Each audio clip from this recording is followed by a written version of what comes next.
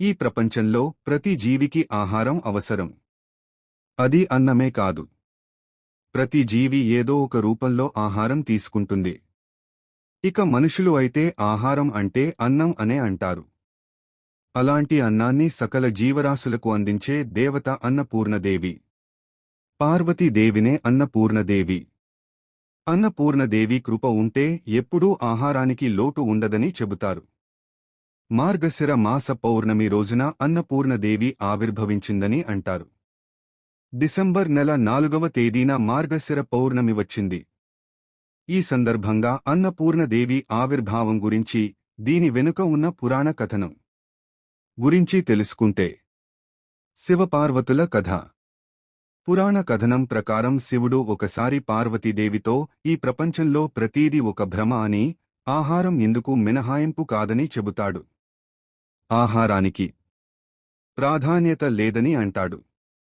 ప్రపంచంలో సకల జీవరాశులకు ఆహారాన్ని అందించే ఆ అమ్మవారు ఆహారాన్ని అవమానించారని భావించి అలిగి తన స్థానం నుండి తప్పుకుని కాశీ నగరానికి వచ్చేస్తుంది. అమ్మవారు కాశీని చేరగానే సకల ప్రాణులకు ఆహారం కరువవుతుంది. ప్రాణులన్నీ ఆకలితో అలమటించిపోతాయి.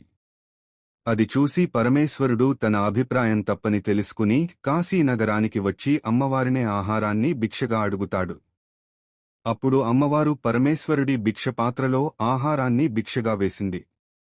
ఈ సంఘటన తర్వాత తిరిగి ప్రాణులకు ఆహారం లభించిందని చెబుతారు.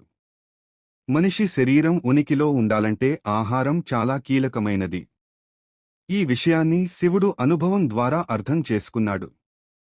అమ్మవారు శివుడికి అన్నాన్ని దానం చేయడం వల్ల అన్నపూర్ణదేవిగా పిలవబడింది.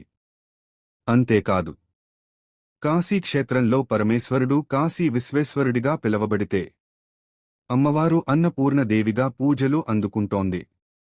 పార్వతీదేవి అన్నపూర్ణదేవిగా మారిన రోజు మార్గశిర పూర్ణిమ రోజు.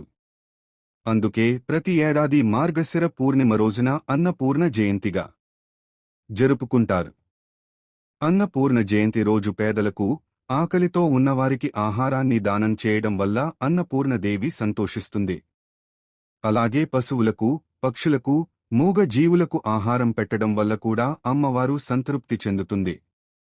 అన్నపూర్ణదేవి అనుగ్రహం ఉంటే ఎంతటి కష్టకాలంలో అయినా ఆహారానికి లోటు ఉండదు.